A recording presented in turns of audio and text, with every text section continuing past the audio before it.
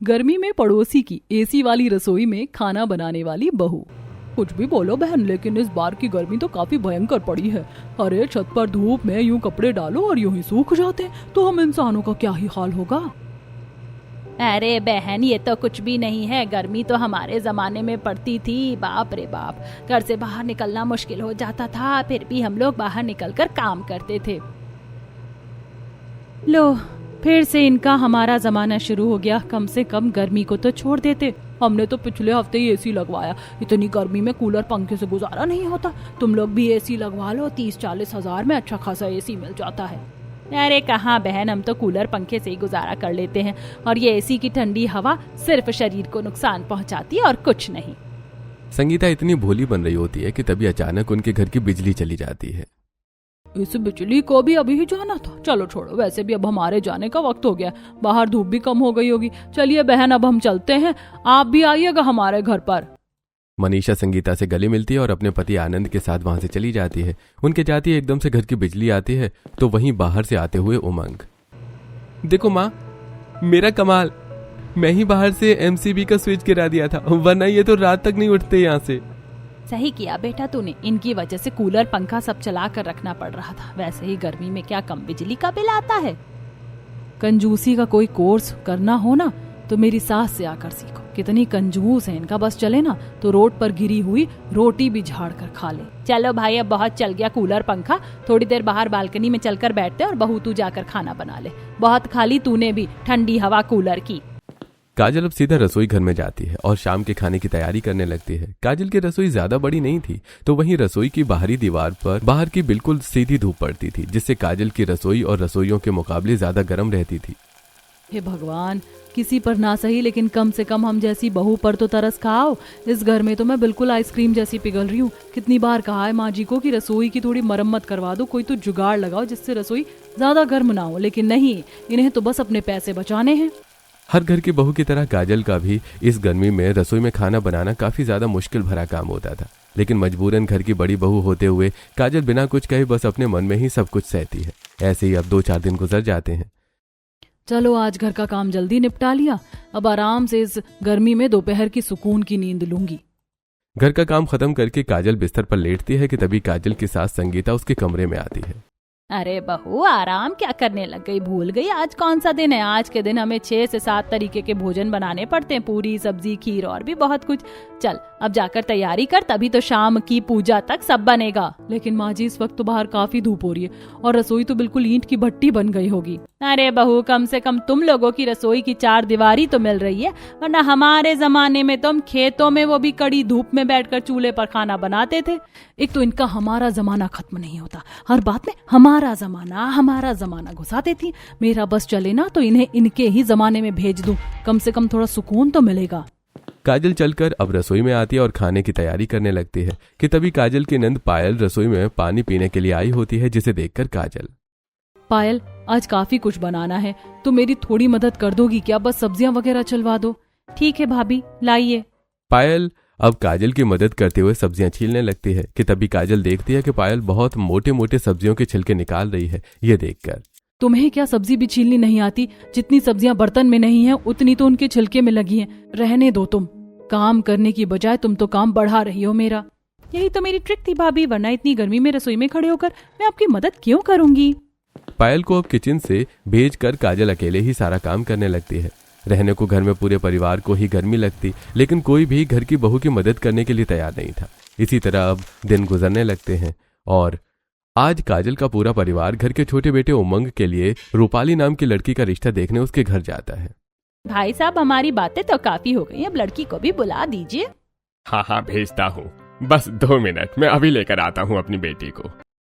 यहाँ कितनी ज्यादा ठंडक है। इस ठंडक में शरीर को कितनी राहत मिल रही है। ऐसा लग रहा है जैसे उस ईंट की भट्टी जैसी रसोई से निकलकर सीधा हिमालय के पर्वतों में आ गई हूँ।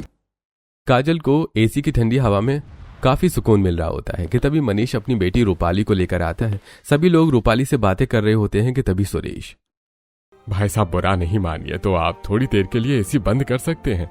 वो क्या है ना, मेरी हड्डियों में थोड़ी दिक्कत है, मैं ज्यादा देर ठंड बर्दाश्त नहीं कर सकता।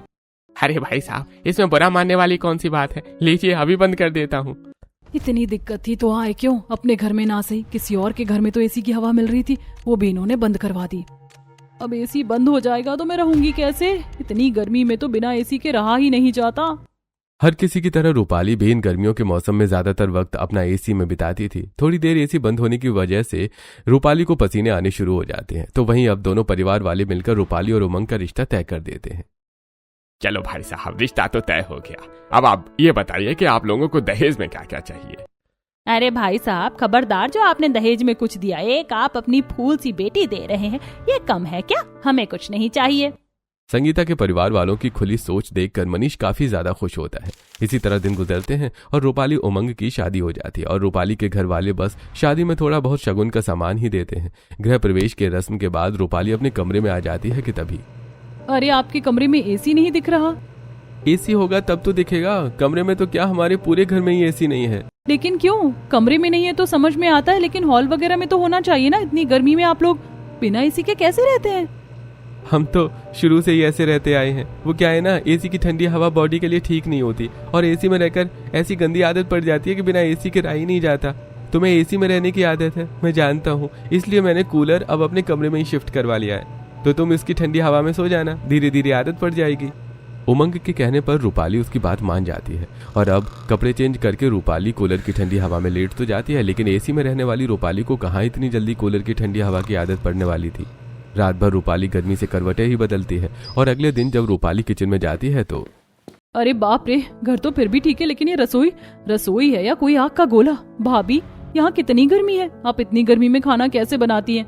अभी तो चूल्हा नहीं जला तो ये हालत है, चूल्हा जलने के बाद तो क्या ही होता होगा। शुरुआत में मैं भी तुम्हारे जैसी ही थी, लेकिन धीरे धीरे आदत पड़ जाती है। वो क्या है ना, रसोई की बाहरी दीवार पर सीधी धूप की किरणें पड़ती हैं, इसीलिए अंदर इतनी गर्मी रहती है। तुम्हें भी आदत हो जाएगी। रूपाली के तो रसोई में कदम रखते ही पसीने छूटने लग जाते हैं।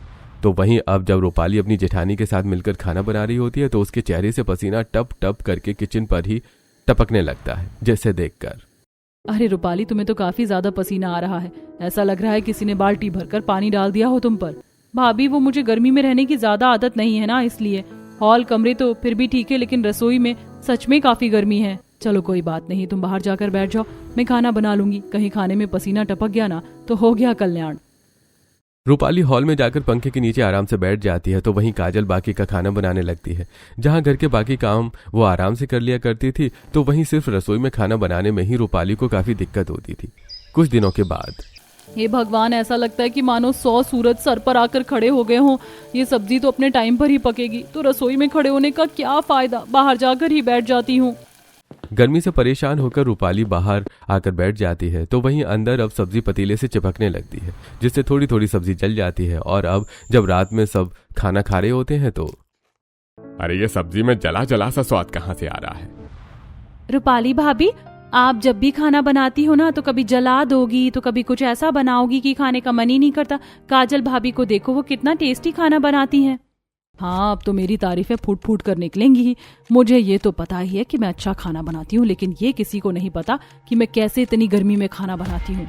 भाभी को आदत है उस भट्टी जैसी रसोई में खाना बनाने की, लेकिन मुझे नहीं। माँ जी, चलो रसोई का छोड़ो, लेकिन कम से कम कमरे या हॉल में तो एक एसी लगवा लो। सच में दिन ब दिन गर्मी बढ़ती जा रही है। बहू, इतनी भी गर्मी नहीं है। और चल, तेरी बात मानकर हमने एसी लगवा भी लिया तो बिजली का बिल देखा कितना आता है, और एसी के दाम तो इस वक्त आसमान छू रहे। और ऊपर से तेरे ससुर जी को भी एसी में रहने की आदत नहीं है, काम पर चले जाते और पायल भी शाम तक ही पढ़ाई करके घर लौटती है। तो हम तेरे और मेरे लिए ही क्या एसी लगवाएंगे? लेकिन माँ जी, रात को सोना भी तो होता है। अगर आप लोगों को एसी नहीं चाहिए तो हम अपने कमरे में लगवा लेते हैं। अरे बहू, यहाँ हम बाहर गर्मी में रहें और तुम लोग एसी चलाओ। अरे मुश्किल से 2 महीने की गर्मी बची है, क्या एसी लगवाना, कट जाएगी गर्मी। अपनी सास की बातें सुनकर रूपाली को काफी गुस्सा आता है और ऐसे ही अब 3-4 दिन गुजर जाते हैं।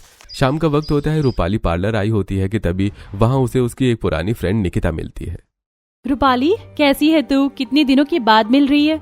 क्या करूँ यार, जब से शादी हुई है वक्त ही नहीं मिल रहा किसी फ्रेंड से बात करने का। तू बता, तेरा क्या चल रहा है?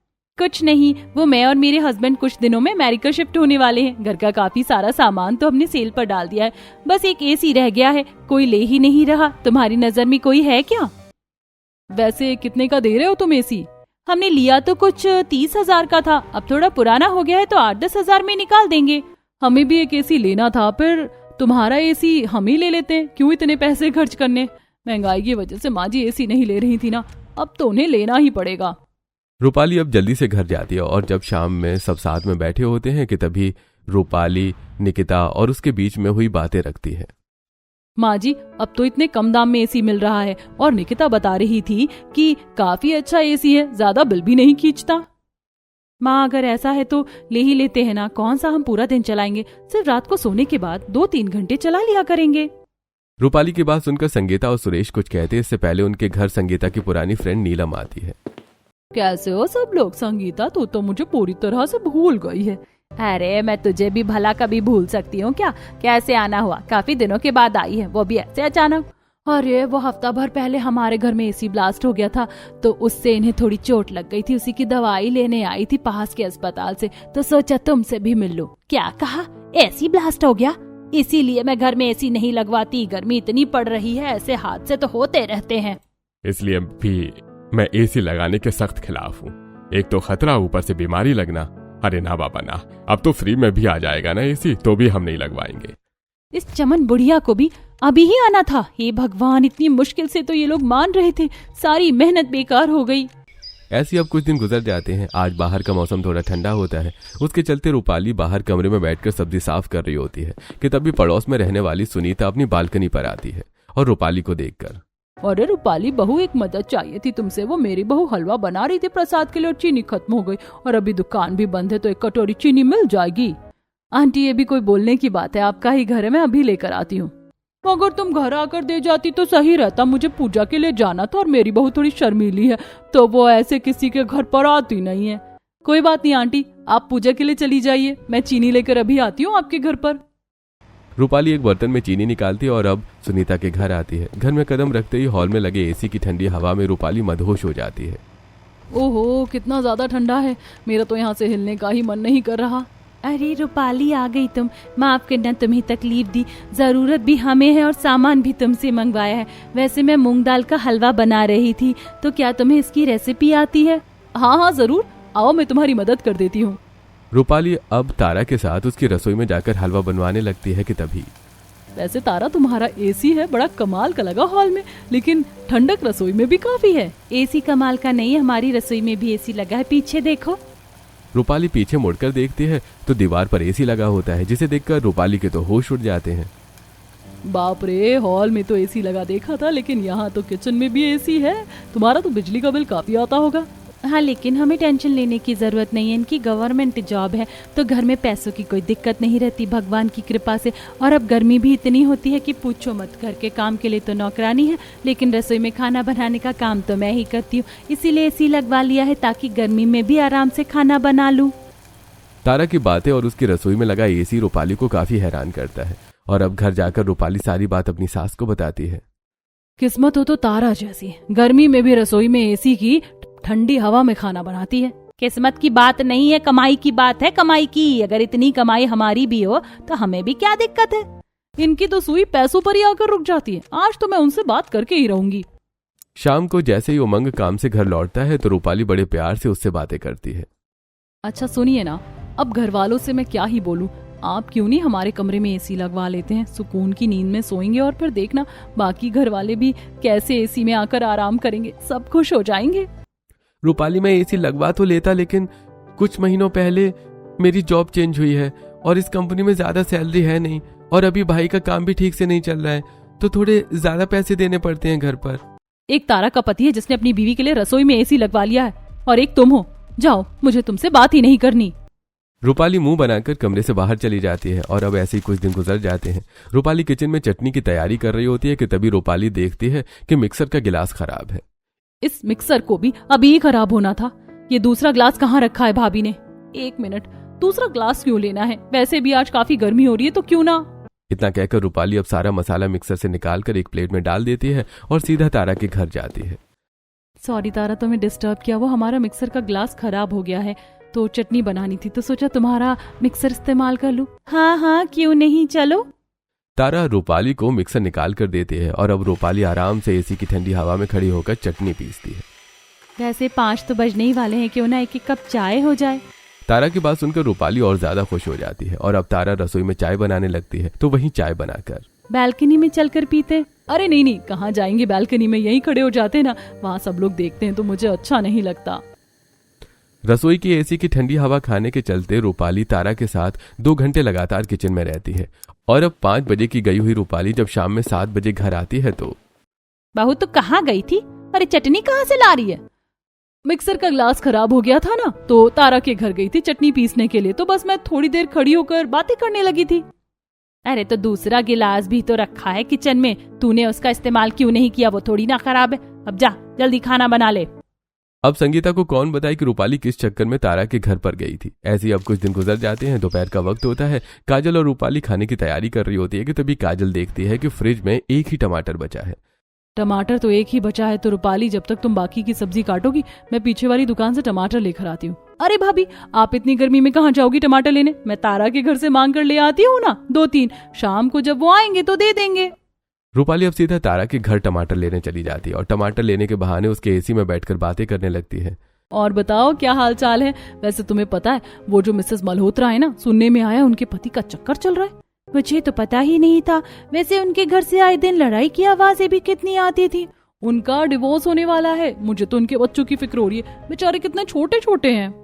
इधर उधर की बातें करते हुए रूपाली काफी देर तक एसी की ठंडी हवा खा लेती है और जब रूपाली टमाटर लेकर घर आती है तो आपने सब्जी बना ली? बिना टमाटर की सब्जी कैसे बनी? वो आमचूर रखा था तो मैंने वही डाल दिया। तुम कहाँ रह गई थी? कॉल भी किया पर तुमने उठाया नहीं। इतनी देर जाकर तुम बैठ कैसे जाती हो? 5 मिनट के काम में भी घंटा भर लगा देती हो तुम। अब ऐसे कुछ दिन और गुजर जाते हैं। रूपाली छत पर कपड़े सुखा रही होती है तो वहीं तारा अपनी सास के साथ बालकनी में बैठी होती है कि तभी संगीता रूपाली से रूपाली बहू, मंडी में मेथी नहीं आ रही है क्या? कब से मेथी खाने का दिल कर रहा है मेरा। मन तो मेरा भी कर रहा है, लेकिन अभी कहीं पर भी मेथी नहीं मिल रही।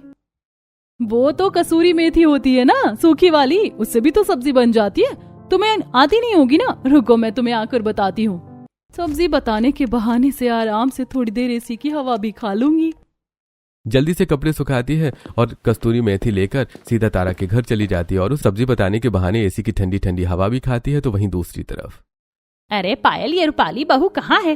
काफी देर से दिखाई नहीं दी। तारा भाभी के घर गई हैं, 1 घंटा तो हो ही गया है, पता नहीं अब तक क्यों नहीं आई। ये आजकल तारा के घर कुछ ज्यादा ही नहीं जाने लगी है, जाती है तो देर लगा देती है। रूपाली का बार बार तारा के घर जाना अब रूपाली के ससुराल वालों को भी खटकने लगा था। ऐसी कुछ वक्त और गुजरता है और आज काजल के मायके वाले आए होते हैं। भाभी, आपके भैया तो काफी मजाकिया है, हंस हंस कर मेरा तो पेट ही दुखने लगा। अरे ये तो कुछ नहीं है, कभी तुम मेरे साथ मायके चलना। रात के 2-2, 3-3 बजे तक भैया इतना मजाक करते हैं, किसी को सोने नहीं देते। वैसे ये लोग 6 बजे निकल जाएंगे और इतनी सारी चीजें बनानी है, मुझे नहीं लगता कि सब कुछ बन पाएगा। इसीलिए मुझे 4 चूल्हे वाला गैस ठीक लगता है। मेरे मायके में तो वही था। भाभी क्यों ना एक काम करें, 2-3 चीजें आप बना लो और 1-2 चीजें मैं तारा के घर पर जाकर बना लेती हूँ। अच्छा नहीं लगता रोज रोज ऐसे चीजें मांगना और किसी की रसोई में खाना बनाना, दोनों में फर्क होता है। तारा मेरी काफी अच्छी दोस्त बन चुकी है, उसे कोई दिक्कत नहीं होगी। लाइए ये शाही पनीर और दाल मखनी मैं उसकी रसोई में जाकर बना लेती हूँ। रूपाली अब सारा सामान लेती है और सीधा तारा के घर पर पहुंचती है। इस वक्त रूपाली को इतने सारे सामान के साथ देखकर तारा, रूपाली इस वक्त तुम यहाँ और ये खाना बनाने का सामान? वो हमारे घर पर कुछ मेहमान आ गए हैं, उनकी ट्रेन का भी वक्त हो रहा है, तो सोचा कुछ चीजें मैं तुम्हारी रसोई में बना लूं, इससे सारा खाना जल्दी बन जाएगा। बना लो, कोई दिक्कत नहीं है। रसोई में जाती है और साइड से एसी का बटन ऑन करके आराम से एसी की ठंडी हवा में खड़े होकर खाना बनाने लगती है। तो वहीं बाहर हॉल में बैठी सुनीता, तारा ये आजकल रूपाली कुछ ज्यादा ही हमारे घर नहीं आने लग गई है और आकर भी बस रसोई में ही रहती है, और आज तो ये खाना ही बनाने आ गई है। परेशानी में तो पड़ोसी ही काम आते हैं, उसके घर पर मेहमान आए हुए हैं और चीजें ज्यादा बनानी है तो इसीलिए आ गई। अब रूपाली सुनीता की आंखों में खटकने लगी थी और ऐसे ही अब कुछ दिन गुजर जाते हैं। आज भी कुछ लेने के बहाने रूपाली तारा के घर आकर एसी में बैठ जाती है। वैसे तारा तुम्हें पता है, मैंने सुबह ही कोरियन पोटैटो बाइट्स की एक वीडियो देखी है, रेसिपी तो काफी अच्छी लग रही थी, सोच रही हूँ आज बना लूं। अरे मैंने भी इसकी वीडियो देखी है, मेरी फीड में आई थी, मेरा भी बड़ा खाने का मन कर रहा है। मैं हूं ना, मैं बना देती हूँ, चलो तारा। फिर से रूपाली अपनी चालाकी दिखाते हुए तारा की एसी वाली रसोई में जाकर खाना बनाने लगती है। तारा के घर काम कर रही कांता नाम की नौकरानी को रूपाली की हरकतों के बारे में पता चल गया था और जब तारा आराम से रूम में बैठी होती है कि तभी कांता उसके पास आती है। मैडम, ये जो रूपाली मैडम है ना, बड़ी चालाक है। ये रोज आपसे मिलने नहीं बल्कि एसी की हवा खाने आती है। अरे कांता, तुम ज्यादा ही दिमाग लगा रही हो, ऐसा नहीं है, जाकर काम करो। तारा कांता की बातों में जरा भी नहीं आती और वैसे ही कुछ दिन और गुजर जाते हैं। रूपाली, आज तो संडे है, कम से कम थोड़ा वक्त निकालो मेरे साथ। फिर से तुम तारा के घर जा रही हो। और क्या करूं, उस घर में एसी है और मैं बिना एसी के नहीं रह पाती। मैं तो परेशान हो गया हूँ तुम्हारी इस एसी के चक्कर से। जहाँ जाना है जाओ। रूपाली मुंह बनाकर तारा के घर जा रही होती है कि तभी काजल। रूपाली, अब मैं समझ गई कि तुम क्यों बार बार तारा के घर जाती हो। उसके घर में एसी है ना, और उसकी रसोई में भी एसी लगा, इसीलिए तुम वहां जाकर खाना बनाती हो। भाभी तो क्या करूं, आप इस घर की गर्मी से परेशान नहीं होती क्या? अब जब तक ससुराल वाले एसी नहीं लगवाते तब तक कुछ ना कुछ तो करना ही पड़ेगा।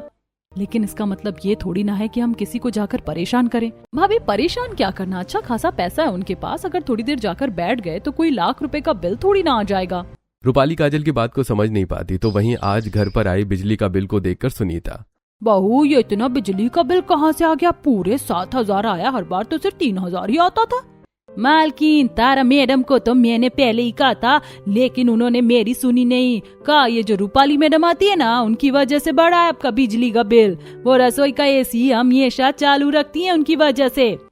कौन तो ठीक कह रही, अगर अब वो आती है ना तो रसोई का एसी बंद ही रखना, उसकी वजह से कितना बिजली का बिल भरेंगे। कि तभी थोड़ी देर में गैस खत्म हो जाने की वजह से रूपाली कुकर लेकर सीधा सुनीता के घर जाकर उसकी रसोई में खाना बनाने लगती है कि तभी सुनीता रसोई में आकर एसी बंद कर देती है। रूपाली बेटा, सुबह से एसी काफी देर से चल रहा है, इसीलिए थोड़ी देर बंद कर देती हूँ। वैसे रसोई में ठंडक तो है ही। अरे आंटी, सिर्फ 10 मिनट की तो बात है, 10 मिनट में कौन सा बिजली का बिल आ जाएगा आपका। मैं चला देती हूँ, जाते हुए बंद कर दूंगी। कितनी बेशर्म है ये, एक तो रोज रोज हमारी रसोई में खाना बनाने के बहाने आ जाती है और ऊपर से एसी भी बंद करने नहीं दे रही। कुछ दिन गुजर जाते हैं और आज भी रूपाली ओवन में पिज्जा बनाने के बहाने तारा के घर आ जाती है तो वहीं संगीता। आजकल बहू कुछ ज्यादा ही तारा के घर पर जा रही है, आज तो इसे बताना ही पड़ेगा। संगीता गुस्से में रूपाली को बुलाने के लिए तो जाती है, लेकिन जब वो खुद तारा के घर की एसी की हवा खाती है तो आहा, कितना अच्छा लग रहा है इस एसी की ठंडी ठंडी हवा में, मजा आ गया। अपनी बहू को ले जाने की बजाय संगीता भी वहीं बैठ जाती है तो वहीं थोड़ी देर में पायल और काजल भी आती हैं और वो भी तारा के घर में डेरा जमाकर बैठ जाती हैं, जिससे अब धीरे धीरे तारा को भी दिक्कत होने लगी थी। तारा जल्दी करो वरना मूवी के लिए लेट हो जाएंगे।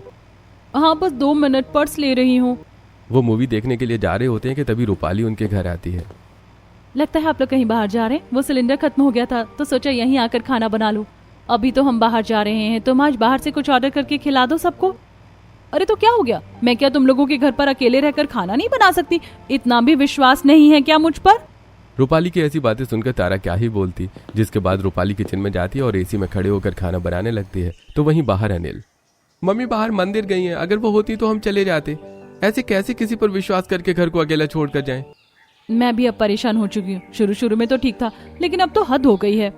तारा अब रूपाली की हरकतों से काफी ज्यादा परेशान हो चुकी थी, लेकिन अब वो उसे जाकर भी कुछ नहीं कह पा रही थी। ऐसे ही हफ्ता भर गुजरता है और आज रूपाली जब फिर से कुछ बनाने के बहाने तारा के घर आई है तो आप लोग कहीं बाहर जा रहे हैं क्या? मैं हमेशा बिल्कुल गलत वक्त पर आ जाती हूँ। हम तो बस सब्जी लेने जा रहे हैं, तुम बना लो कुछ और हमारे लिए भी बना देना। एक काम करो, पकौड़े बना लो, सब्जी तो बनती रहेगी तुम्हारी, हम बस अभी आ रहे हैं। क्या बात है, चलो सही है। लगता है इन लोगों को मुझ पर पूरी तरह से विश्वास हो चुका है। रूपाली किचन में जाती है और पकौड़े की तैयारी करने लगती है तो वहीं जब फ्रिज खोलकर रूपाली मिर्ची निकालती है और उसे काटने लगती है कि तभी फ्रिज का दरवाजा खुलता है।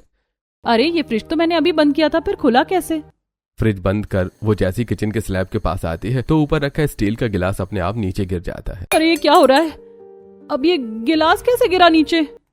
ये चीज काफी अजीब लगती है और जब थोड़ी देर बाद तारा घर आती है तो रूपाली उसे सारी बात बताती है। अरे फ्रिज का लॉक ढीला है, क्या होगा? और रही बात ग्लास की, तो कभी कभी हल्की सी भी वाइब्रेशन से बर्तन गिर जाते हैं, तुम भी ना। तारा की बात सुनकर रूपाली नॉर्मल हो जाती है और अब ऐसे ही 1 से 2 दिन गुजर जाते हैं। अभी बस सब्जी बनने वाली है, तुम यहीं पे दूध गर्म कर लो। बार बार क्यों जाती हो किसी के घर? किसी दिन कुछ बोल दिया ना तो बेइज्जती हो जाएगी। अरे भाभी, आप तो कुछ ज्यादा ही सोच रही हैं। कुछ नहीं होगा, अभी आई बस मैं। तुम्हें समझाने का कोई फायदा नहीं है, जो कभी कुछ हुआ ना तो फिर बोलना मत। रूपाली घर जाती है और उसके किचन में एसी की ठंडी हवा में खड़े होकर दूध गर्म करने लगती है। तभी रूपाली को अचानक कहीं से पायल की छन छन की आवाज आती है। पायल की आवाज कहाँ से आ रही है? पायल तो मैं अभी नहीं पहनती और तारा भी नहीं, तो फिर रूपाली इसे 1 से 2 बार नजरअंदाज करती है, लेकिन अब बार बार पायल की आवाज सुनकर रूपाली एकदम से घबराकर बाहर आती है। अरे आंटी, मुझे किसी की पायल की आवाज आ रही थी। कोई चुड़ैल का साया है क्या आपके घर पर? अरे रूपाली बेटा, कैसी बात कर रही है तू? पढ़ी लिखी होकर बिल्कुल गंवारों वाली बात कही है तूने। ये चुड़ैल भूत कुछ नहीं होता। तारा की रसोई में अजीब अजीब सी चीजें महसूस होने लगी थी। कभी बर्तन का अपने आप गिरना, कभी अजीब आवाजें। मुझे तुम्हारे ओवन में ये केक बेक करना था, तुम भी चलो ना रसोई में। अरे मैं क्या करूंगी जाकर, तुम कर लो, मैं यहीं बैठी हूँ। रूपाली ओवन चालू कर बेक करने लगती है केक कि तभी अचानक स्लैब पर ऊपर रखे सारे बर्तन नीचे गिर जाते हैं और रूपाली को किचन की खिड़की के बाहर किसी की बड़ी सी परछाई दिखती है। कुछ ना कुछ तो गड़बड़ है, भूत चुड़ैल है। रूपाली जल्दी से अपना केक निकालती है और वहां से चली जाती है। उस दिन के बाद से रूपाली कभी भी तारा के घर नहीं आती और जब काजल को इस बारे में पता चलता है तो रूपाली, तुम्हारा वहम होगा, वरना ऐसा थोड़ी ना होता है। शाम का वक्त था, जरूर कोई जानवर होगा जिसकी तुम्हें परछाई दिखी। अंधेरे में तुम पहचान नहीं पाई होगी। कोई मेरी बात का विश्वास नहीं कर रहा, लेकिन अब कुछ भी हो जाए मैं उनके घर नहीं जाऊंगी। ऐसा ही हफ्ता भर और गुजर जाता है। रूपाली छत पर खड़ी होकर कपड़े सुखा रही थी कि तभी तारा भी अपनी छत पर आती है। रूपाली, मैंने काफी अच्छी रेसिपी देखी है, जल्दी से कपड़े सुखाकर मेरे घर आ जाओ ना, दोनों मिलकर बनाएंगे। तुम्हारी रसोई में जरूर कोई भूत चुड़ैल का साया है, मैं नहीं आ रही। रूपाली वहां से फौरन चली जाती है। तो वहीं आज जब उमंग शाम को ऑफिस से घर आता है तो वो अपने साथ एक न्यू ब्रांडेड एसी लेकर आता है, जिसे देखकर अरे ये एसी क्यों लेकर आया है? पता भी है इसका कितना महंगा बिल आता है और ऊपर से ये भी कितना महंगा होगा। अरे माँ, ऑफिस में एम्प्लॉय ऑफ द मंथ के विनर होने पर मुझे ये गिफ्ट मिला है और इससे बिजली का ज्यादा बिल भी नहीं आता। सिर्फ सुबह शाम थोड़ी से देर चला लेंगे, वैसे भी अब गर्मी काफी बढ़ गई है। हाँ ठीक कह रहे हैं, हम लोग तो वैसे भी एसी में कम ही रहते हैं, थोड़ा बहुत चलने से क्या ही हो जाएगा। सबके कहने पर अब संगीता मान जाती है और उनके हॉल में एसी लग जाता है, जो अब सुबह शाम 1-1, 2-2 घंटे के लिए चला करता था। तो वहीं दूसरी तरफ तारा, सुनीता और अनिल चाय पीते हुए हॉल में बैठे बैठे काफी हंस रहे होते हैं। अरे तारा बहू, तेरा प्लान तो बड़ा कमाल का था। मैं तो यही सोचती थी कि मैं रूपाली को मना कैसे करूंगी, लेकिन तेरे इस प्लान ने तो कमाल कर दिया। अब तक जो भी रूपाली के साथ भूतिया घटनाएं हो रही थीं, उन सब के पीछे किसी और का नहीं बल्कि तारा और उसके परिवार वालों का हाथ था। वो बर्तन इनविजिबल धागे की वजह से गिर रहे थे, जिसकी डोर अनिल के हाथों में थी। तो वहीं पायलों की छन-छन और अजीब अजीब आवाजों के पीछे सुनीता का हाथ था। अरे वो पर्दे वाला सीन याद है? रूपाली तो इस तरह डर के भागी कि पूछो मत। पहले मुझे रूपाली के आने से कोई दिक्कत नहीं थी, लेकिन फिर धीरे धीरे वो हमें परेशान करने लगी थी, इसीलिए उसे सबक सिखाना जरूरी था। तारा के इस प्लान से आखिरकार सबको छुटकारा मिल गया था। तो वहीं रूपाली भी अपनी ससुराल में थोड़ी देर चलने वाले एसी में ही काफी खुश थी।